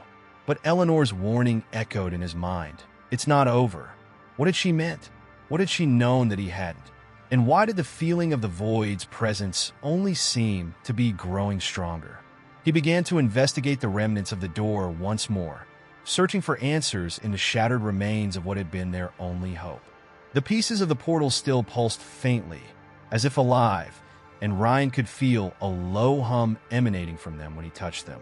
It was a sickening sound, one that sent shivers through his spine, but it was also a call to something he couldn't quite grasp. Whatever had been sealed away was not gone. It was still here, waiting, and Ryan realized, with a growing sense of dread, that the door hadn't been the solution.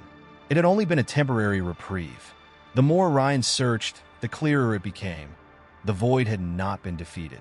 It had merely been delayed, its influence only growing stronger with time.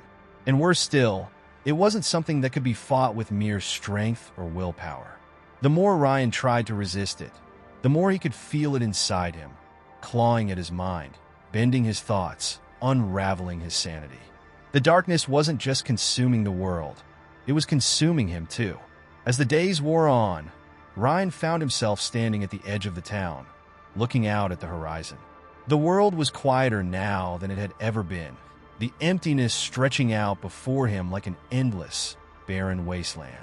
The void had taken root, and there was nothing left to stop it.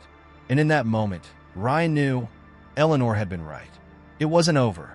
The oppressive silence that hung over the town grew heavier with each passing day, as if the very air had become thick with the weight of unspoken fears. Ryan had grown used to the feeling of isolation, but this was different.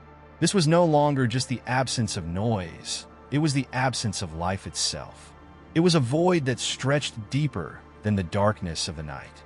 The people, once his friends and neighbors, had become mere husks of what they had been. And as the days dragged on, Ryan found himself wondering if the same fate awaited him. The town was no longer a place he recognized. The familiar landmarks, the little stores that once bustled with conversation and laughter, now sat in eerie stillness. The once vibrant community had been reduced to something hollow, its spirit all but gone. Even the air tasted different, stale, suffocating. It was as though the world itself had forgotten how to breathe.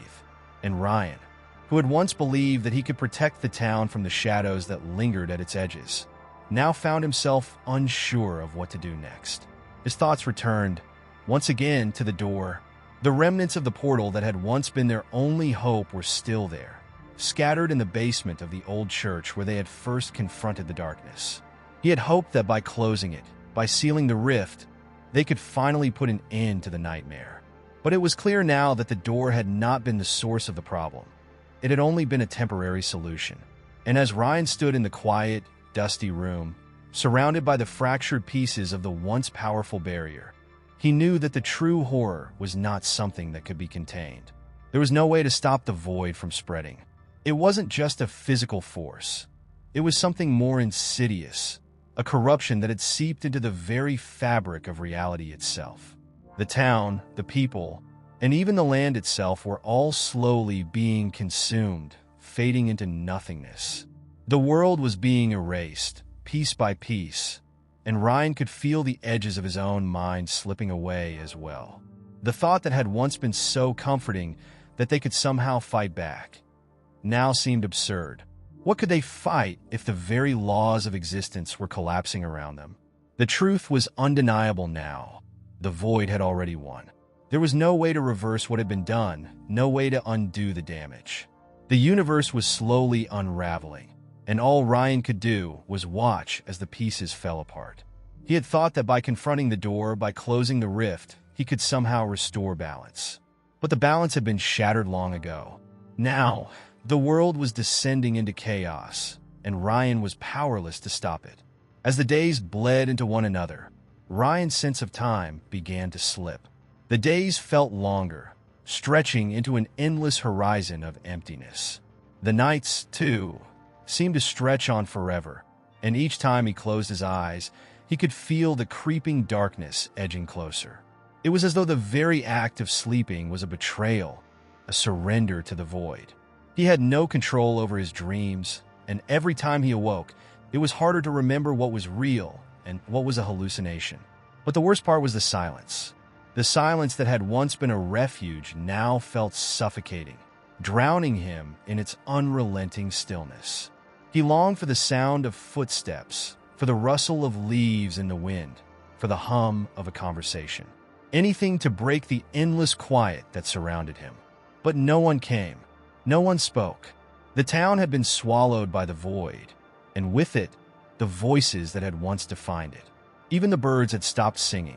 It was as if the world itself had been put on mute. In his desperation, Ryan began to venture further from the town, hoping to find something, anything, that might offer a glimpse of life. But the landscape around him was just as barren. The trees stood like sentinels, their branches twisted and gnarled, as though they, too, were being drained of vitality.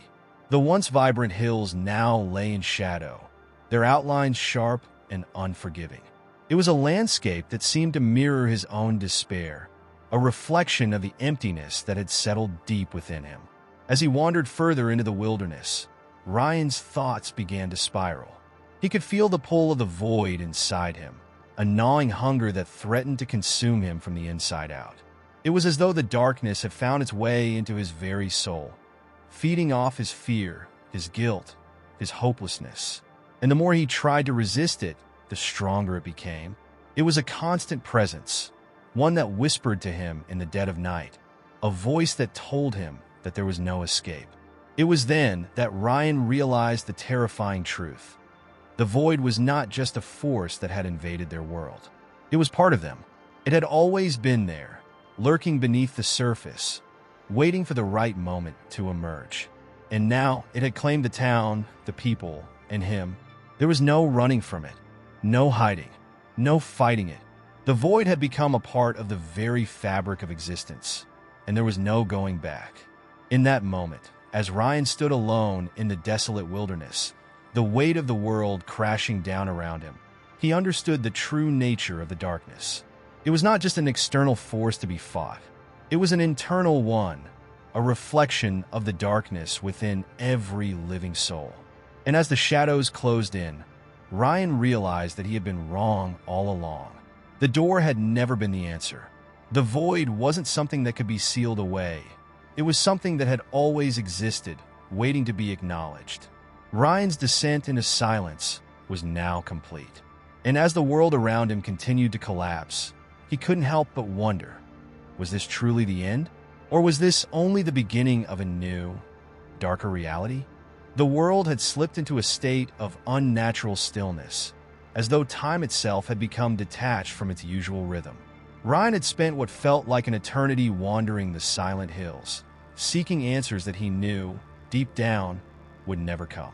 Every step he took further into the void seemed to erase more of the town's former life. The houses, once filled with the noise of families, now stood like decaying monuments to a time long gone. The streets, which had once echoed with the laughter of children, were now eerily quiet, devoid of movement. The wind that once carried the sounds of life now only stirred the dead leaves, creating a soundless rustle that further deepened the weight of the silence. It was in this vast emptiness that Ryan began to realize the true scope of the loss.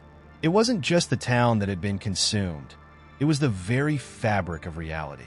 The town's disappearance was but a symptom of something far more sinister, an affliction that was spreading across the land. The sky, once a clear blue canvas, now hung heavy with a perpetual, muted gray, as though the sun had ceased to exist. The land had become a void of its own, a place where nothing grew, where even the seasons had forgotten their course. Ryan's mind, too, had begun to fray at the edges. He no longer knew if what he saw before him was real or just the product of his exhausted, tortured thoughts. The faces of the townspeople, long absent, began to flicker in his vision, their eyes hollow, their mouths whispering unintelligible words.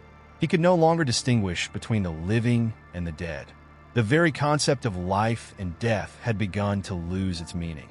He would close his eyes for what felt like a moment, and when he opened them again, the landscape around him had subtly shifted. Trees that had once stood tall were now mere stumps, and houses that had once been intact had crumbled into ruins. The feeling of isolation had become unbearable. There was no one left to talk to, no one left to share his grief, his fear. He was utterly alone in a world that was fading away, piece by piece. The few survivors, those who had not yet succumbed to the void, had long since lost their will to fight. Ryan had witnessed it firsthand, the hopelessness that had gripped their hearts, their minds. They had given up, content to let the darkness take them. He had been one of the last to cling to the idea of resistance, but even that was beginning to fade. Was it even worth trying to fight anymore? What was there left to save? As Ryan wandered, an unsettling thought began to form in the back of his mind. Maybe the void had always been there. Perhaps it wasn't some external force that had arrived to claim them. It had always been a part of them, waiting for the right moment to awaken. He had always believed that there was an enemy to fight, a force that could be defeated. But now he wasn't so sure. The void was not something that could be confronted with weapons or resolve. It was something much deeper, a force that had always existed in the undercurrents of their lives, in their fears, in their guilt, in their inability to understand the darkness within themselves. He thought back to the door, the mysterious portal that had first opened the floodgates to this nightmare. At the time, he had believed it was the key to everything, that by closing the door, they would restore balance. But now he realized that the door had been nothing more than a distraction, a false hope. The real answer, the real cause of the devastation, lay in their inability to confront the darkness that existed within each of them. The town had been the mirror, reflecting the collective fears, the secrets, the unspeakable truths that they had buried for so long. Ryan had always been a man of action, someone who believed that if he worked hard enough, fought hard enough, he could fix things. But this was different. The void was not something that could be fixed. It was something that had to be acknowledged, something that could only be understood by accepting its presence. He couldn't fight it, he couldn't outrun it. The darkness wasn't something that could be driven away. It was something that needed to be integrated, understood. It was a part of him, a part of the world, a part of the very fabric of reality. The longer Ryan spent in the wasteland of his once beloved town, the more he began to see the truth of the situation. The town had not been destroyed. It had been transformed. It had been exposed for what it truly was, a reflection of the broken, fragmented nature of the human soul. The void had not come to conquer the world. It had come to reveal the hidden darkness, the unacknowledged pain that had always been there, lurking beneath the surface. In this bleak landscape, Ryan came to a horrifying realization. There was no going back. Even if he had wanted to, there was no way to undo what had been done. The town was gone, the people were gone, and the world as he knew it had ceased to exist. What remained was a distorted, fractured version of reality, one that could no longer be understood through the lens of logic or reason. The void had become the new reality, a world in which time, space, and existence itself were malleable, uncertain. It was a place where nothing had meaning, and yet everything was consumed by the weight of its own absence. But even as the hopelessness threatened to consume him, Ryan knew that he could not surrender completely. The darkness had already taken everything from him, but he still clung to the smallest ember of defiance. If there was one thing he had learned, it was that even in the face of total annihilation, there could still be a choice. He had no idea what that choice might be, but he knew that if he allowed the void to swallow him entirely, he would lose the last part of himself that remained, the part that refused to be consumed. He could not allow the void to define him, to erase every trace of what he had been. So, with nothing left but the echo of his own footsteps, Ryan pressed on, determined to find whatever shred of meaning still existed in a world that seemed determined to erase it. The void may have claimed the town, but it had not yet claimed him. And for now, that was enough to keep him going. As Ryan wandered through the desolate streets of what had once been a thriving town, he could no longer deny the terrifying truth that the world he knew had transformed.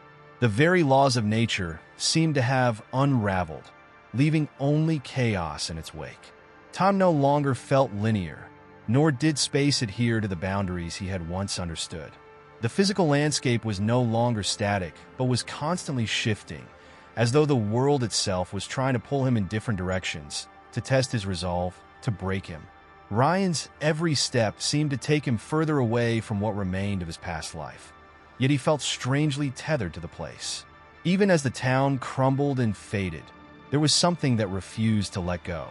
The memories of the people he had once known flickered in his mind like broken pieces of a shattered mirror. Faces, voices, names, all swirling together in a haze of loss. He could not remember who had been real and who had been nothing more than a figment of his imagination, but the connections still held him in place, like invisible threads pulling him toward the unknown. The eerie quiet that had filled the town now felt suffocating, oppressive. The wind no longer whispered, but howled, a mournful wail that seemed to come from all directions at once. Ryan could hear it in the trees, in the ground beneath his feet, in the very air he breathed. There was something unnatural about the way the wind moved, something malevolent. It was as though the earth itself was mourning the death of all that had once been, and it was dragging him deeper into its sorrowful embrace. As he ventured further into the decaying remnants of the town, Ryan began to notice more unsettling changes. The buildings, which had once been strong and sturdy, now bent and groaned under the weight of some unseen force. Walls cracked and peeled away, revealing dark, empty spaces within, spaces that seemed to distort with every glance. The buildings were no longer solid. They had become fluid, ever-changing, as if they too were succumbing to the same shifting tides that had overtaken the land. The landscape itself seemed to twist and contort in impossible ways. What had once been familiar paths now led nowhere, curving back upon themselves in endless loops. Ryan found himself walking in circles, only to emerge at a place that felt both strange and familiar, as though his own mind was betraying him. The more he tried to make sense of his surroundings, the more they seemed to dissolve into chaos. The town had become a maze, not built by physical walls, but by the very fabric of reality itself, a maze that Ryan could not navigate, no matter how hard he tried. In the midst of the chaos, Ryan felt the weight of his isolation pressing down on him. He no longer knew if there were others out there, if anyone else had survived. The thought of being utterly alone in this shifting nightmare was almost too much to bear. He had tried to hold on to the hope that there was something worth saving, that there was a way to stop the madness. But with each passing moment, that hope slipped further away. The town was no longer a place. It was a force, a living entity that had consumed everything in its path, including him. But despite the crushing sense of despair, Ryan could not bring himself to give up completely. There was something deep inside him, some small flicker of resistance, that refused to be extinguished. He had seen the darkness, had witnessed the unraveling of everything he had known, yet there was still a part of him that believed there was a way out, that somehow he could still make sense of it all. Maybe it was the last vestige of his humanity, the final shred of will that had not been consumed by the void. He pressed on, his mind whirling with confusion and dread. Each step forward was an act of defiance against the overwhelming darkness that sought to claim him. The town may have been lost, but he had not given in, not yet. As he wandered deeper into the heart of the shifting landscape, he found himself drawn to a strange, distant light. It flickered in the distance, beckoning him like a lighthouse in a storm. Was it a sign of hope, or another illusion, a trap set by the town itself? He didn't know, but he had to know. He had to reach it. The wind howled louder now, its cries growing more desperate, more urgent. Ryan's heart pounded in his chest, the rhythm of his steps quickening as he neared the light. It seemed to pulse, to breathe, as though it was alive. There was something unnerving about it, something that made his skin crawl, but he couldn't stop himself. He had to see it, had to understand what it was. Perhaps it was the answer to everything, the key to unlocking the mystery of the town's descent into madness. As he reached the edge of the light's glow, Ryan stopped dead in his tracks. What he saw before him was not what he had expected. The light was not a beacon of salvation. It was a doorway, an archway made of shimmering, translucent energy, pulsating with an eerie, otherworldly glow. Beyond the arch, there was nothing but a vast, empty void, stretching out into infinity. It was as though the light was the boundary between the world he knew and something far darker, something far more dangerous. Ryan stood frozen, staring into the abyss that lay beyond the arch. He knew that stepping through it would mean venturing into the unknown, into a place that might offer answers, or might consume him entirely. He had no way of knowing what lay on the other side, but for the first time in what felt like forever, he felt a strange pull, a need to understand, to confront whatever horrors lay beyond. The shifting tides of his journey had brought him here, and now there was only one choice left: to step forward into the unknown, or to turn away and face the darkness of a world that had already consumed everything. The light from the doorway pulsed with an otherworldly rhythm, like the beating heart of some unfathomable entity, its glow both inviting and terrifying in equal measure. Ryan stood frozen, his body trembling with indecision. The wind had died down, leaving an eerie stillness in its wake. It was as if the world had held its breath, waiting for him to make a choice. The darkness behind him, the twisted, decaying remnants of the town, felt like a weight on his shoulders, pressing him down. Yet the doorway before him held the promise of something else, something unknown. Ryan had spent what felt like a lifetime running from the truth, from whatever it was that had shattered the fabric of his reality. Every step he had taken in the labyrinth of this broken town had been an attempt to understand, to make sense of what had happened. But now, standing before the glowing arch, he realized that the answers he sought lay not in the world he had known, but beyond it. The town, the shifting streets, the horrors he had witnessed, they were not the beginning of the nightmare.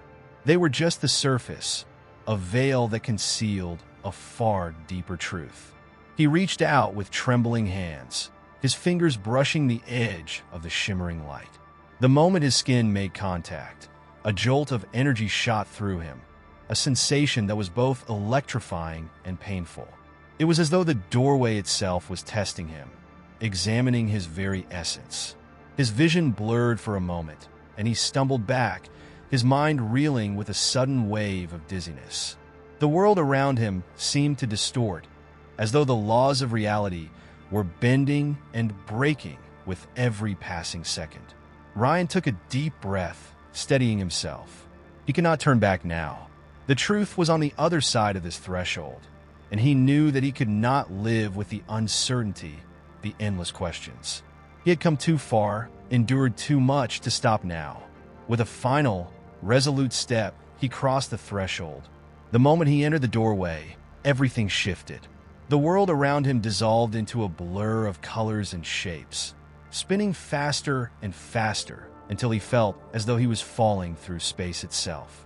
He had no sense of time, no sense of direction. The very fabric of reality had unraveled, and he was lost within it. There was no ground beneath his feet, no sky above him. Only the overwhelming sensation of motion, as though the universe itself was remaking him. And then, suddenly, there was silence. Ryan found himself standing in a vast, empty expanse, the air thick with an oppressive weight. The ground beneath him was made of a smooth, featureless surface that stretched out into infinity, a reflection of the void that surrounded him. He looked around, his heart pounding in his chest, but there was nothing, no light, no sound, no sign of life. It was as if he had stepped into a place that existed beyond existence, a realm untouched by time or space. He was alone, utterly alone, and yet he could feel the presence of something vast and incomprehensible, watching him. In the distance, something flickered, a tiny point of light so distant that it was almost imperceptible. But Ryan could not tear his eyes away from it. It was as though the light called to him, urging him forward. Without thinking, he began to walk toward it, his footsteps echoing strangely in the silence. Each step seemed to carry him further into the void. Yet the light remained just out of reach, an unreachable star that drew him onward with an invisible force. As he walked, Ryan's mind began to race. What was this place? Was it a dream? A hallucination? Or had he truly crossed over into something beyond his understanding? The more he pondered, the more he realized that there were no answers here. Not yet. All he had was the light, and it was the only thing that seemed to offer any sense of direction, any hint of purpose. He moved faster now, his breath coming in short gasps. The light was closer, but it still seemed as distant as ever.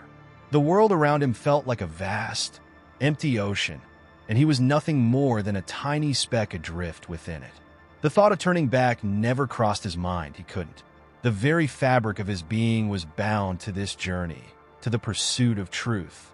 There was no going back to the broken town he had left behind, to the twisted reality that had once been his world. The door had closed behind him, and there was no way to reopen it. Finally, after what seemed like an eternity, Ryan reached the light. As he approached, the glow intensified, and he could feel the air around him shift, growing thick with energy. The light now enveloped him, and for a moment, he felt as though he were being consumed by it. He closed his eyes, waiting for whatever was to come, but when he opened them again, he found himself standing in a new place. This time the landscape was different. There were no longer infinite voids or shapeless expanses. He was in a place that seemed familiar, yet wrong, like a distorted reflection of the world he had known. The air was thick with a strange, pulsating energy, and the ground beneath his feet was not solid, but soft, as though it were made of some shifting substance. Above him, the sky swirled with colors he had never seen before, deep, unnatural hues that seemed to ripple and shift with every passing second. And then, standing before him, was something he could not comprehend. It was a figure, or at least something that resembled one. Its form was indistinct, ever-shifting, as though it were made of the very fabric of the universe itself. Its presence was both overwhelming and oppressive, filling every corner of the strange landscape with its energy. Ryan could feel it, the weight of its gaze, the intensity of its being. It was as though the figure had been waiting for him, and now that he had arrived, it was ready to reveal the truth. The truth of what had happened. The truth of the town, of the world, of the darkness that had consumed everything.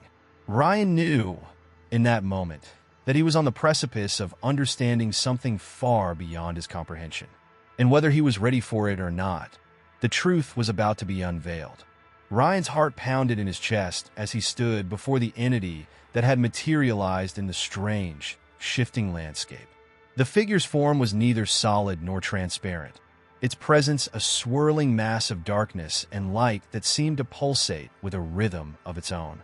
It was not human, not in any recognizable sense. Instead, it exuded an aura of cosmic terror, an intelligence that reached beyond the boundaries of human understanding. Despite its formlessness, there was an undeniable weight to it, as though it were the embodiment of some ancient, unspeakable power. For a moment, Ryan could only stare. His mind reeled, trying to process the surreal scene unfolding before him. There was no sense of scale or proportion in this space, no anchor by which he could measure his own existence. The figure before him seemed to bend the very nature of reality itself, defying any logic he had ever known. And yet, despite the overwhelming nature of the entity, there was also something oddly familiar about it, a sense of recognition, as though he had seen it before in the deepest corners of his own mind. Why am I here? Ryan's voice cracked as he spoke the question, his throat dry from the oppressive energy that filled the space. What is this place? What happened to the town? The entity did not respond in the way Ryan had expected. There was no voice, no words, only an overwhelming sense of understanding, a communication that transcended language. It was as though every thought and question Ryan had ever asked was suddenly answered within his own mind. The answers were not clear in a conventional sense, but rather they were fragments, abstract truths that defied human comprehension. Ryan stumbled back, overwhelmed by the flood of information. His mind felt as though it were being stretched, pulled in multiple directions, unable to make sense of the cosmic knowledge it was now receiving. The town, he realized, had never been the true source of the terror. It was merely the symptom of something much older, something that had existed long before the town had ever been built. The shadows that haunted the streets, the twisted, decaying landscape. These were not the origin of the nightmare, but its manifestation. The entity, or whatever it was, seemed to grow even larger, its presence consuming the entire space. Ryan could feel its gaze, not as something external, but as an invasion into his very thoughts. The figure was showing him visions, fragments of history, pieces of forgotten truths. In the midst of the darkness, Ryan saw flashes of ancient rituals, of forces that existed beyond time, of beings that once roamed freely across the earth. The town had been built on the ruins of something far older, something the human mind was never meant to understand. The realization hit Ryan like a thunderclap. The town was a prison, not for the creatures or entities that lurked in the darkness, but for humanity itself. It had been a containment zone, a place where the boundaries between realities were thin, a place where the fabric of the universe itself had begun to tear. The darkness that had been creeping in, the strange occurrences, the fear that had gripped the town. It was all a result of a fundamental rift in the cosmos, a fracture that had begun to pull the very essence of reality apart. In that moment, Ryan understood the entity before him was not an enemy, nor was it a god to be worshipped. It was an agent of that rift, a being that existed to observe, to witness the unraveling of reality. It was not interested in domination or destruction. It was merely a part of the cosmic cycle, a force of nature that could neither be stopped nor understood in human terms. The town had been its breeding ground, its crucible, and now that the rift had fully opened, there was no going back. Ryan's thoughts raced, but there was no way to process what he was learning. The very laws of nature were bending, distorting under the weight of the entity's presence. Everything he had ever known, everything he had ever believed, was being shattered before him. He thought of the people he had known, his friends, his family, who had all been drawn into the nightmare. They were not victims of some malevolent force. They were merely the collateral damage of a universe that was falling apart, of a cosmic order that was beyond their control. You can't stop it.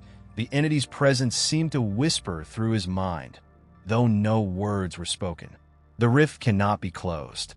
The unraveling is inevitable.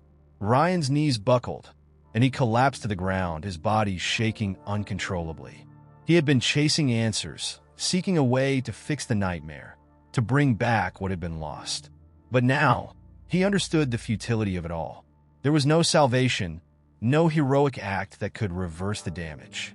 The world was falling apart, and all he could do was watch as it slipped further into the abyss. Yet even as the weight of the truth settled on him, there was a strange, almost comforting sensation that followed. If everything was doomed, if the world was beyond saving, then perhaps there was a kind of peace in that realization. Ryan was no longer chasing a lie, no longer clinging to the hope that he could fix what was broken. The truth was raw, terrifying, and utterly beyond him, but it was also honest. And in that honesty, there was a kind of release. The entity's form flickered, its presence shifting like smoke in the wind. It was time for Ryan to go. The knowledge it had shared, the truths it had revealed, would not be forgotten. He would carry them with him for as long as he lived. But there was no place for him here, in this distorted realm. The rift was not his to close, nor was it his to fix. He had come as far as he could. As the figure began to dissolve into the void, Ryan stood up, his legs unsteady but determined. He could feel the pull of the town, the gravity of the place he had left behind. The rift was still open, and the world was still unraveling. But at least now, he knew the truth. And with that truth, he would walk away. Whether he would find peace or perish in the coming chaos, he did not know. But one thing was certain, the story was far from over. Ryan woke to a cold, gray morning, the kind of morning that seemed to stretch endlessly without promise or change. The air was thick with the remnants of the storm that had passed through the night before, and the town, though eerily quiet, felt different. He could no longer hear the faint hum of terror that had once permeated every inch of it. There were no longer whispers in the wind or shadows that moved just beyond his sight. The town had returned to some semblance of normality, though Ryan knew better than to believe that anything had truly changed. In some ways, it was as if the unraveling had never happened at all. But that, too, was a lie. The weight of the knowledge he had gained in the heart of the rift still lingered within him. The truth he had learned, the incomprehensible revelation about the fabric of reality itself, was something that could never be forgotten. He knew now that the town had been built on a fault line between worlds, a point where the veil between realities had been thin enough to allow the rift to form. The shadows, the whispers, the entities, everything that had terrorized him and the people of this place had been the result of this fracture, a cosmic tear that had begun to widen with each passing year. The entity, the one that had appeared to him in the depths of that broken reality, had not been a villain or a malevolent force. It had been an agent of the unraveling, a witness to the collapse of worlds. And as much as Ryan had hoped to stop it, to find a way to reverse the destruction, he knew now that there was no stopping it. There was no saving the town, no magic words to close the rift. The cosmic forces at work here were beyond anything humanity could comprehend. The best he could do was to understand it, and perhaps, in that understanding, find a way to move forward. But what was left for him? What was the point of continuing when the world itself seemed to be unraveling at the edges, and he had no power to stop it? These questions circled in his mind, each one more insistent than the last. He had seen the truth. He had borne witness to the destruction of reality itself. And yet, there was still something in him that refused to accept the inevitability of it all. Was there really no way to fight back, no way to salvage something from this collapse?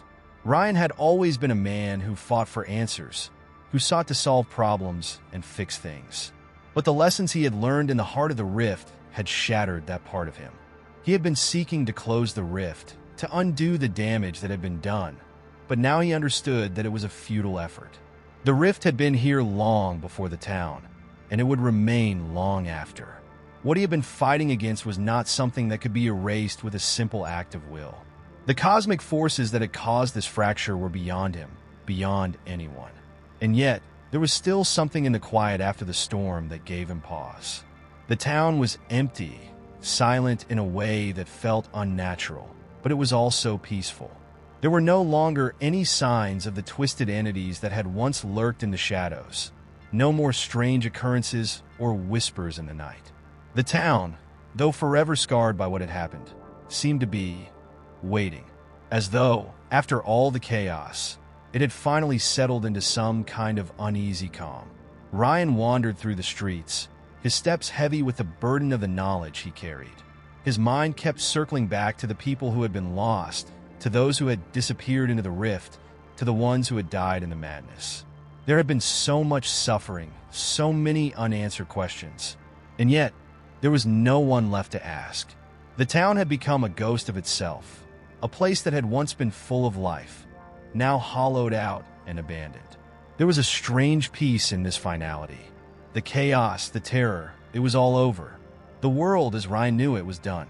But as he stood in the heart of the town, staring at the ruins that had once been his home, he felt a strange sense of closure. He had learned the truth, however horrifying it might be. The universe was broken, and the rift that had torn it apart was something that could never be fixed. Ryan realized that there was no point in staying here any longer. The town had nothing left to offer him, and the answers he sought were no longer important. What mattered now was the future, whatever it might hold. He had to move on, to leave this place behind and find a new path forward. The entity had been right all along. The unraveling was inevitable. The world was always in a state of flux, always on the brink of collapse. There was no escaping it, but there was still life, still a chance to find meaning in the chaos. As he walked away from the town, the horizon stretched out before him, empty and wide. It was a blank slate, a place where the future was unwritten. Ryan didn't know what that future would look like, or if there would even be a place for him in it. But as the last echoes of the nightmare faded into the distance, he knew that he was free.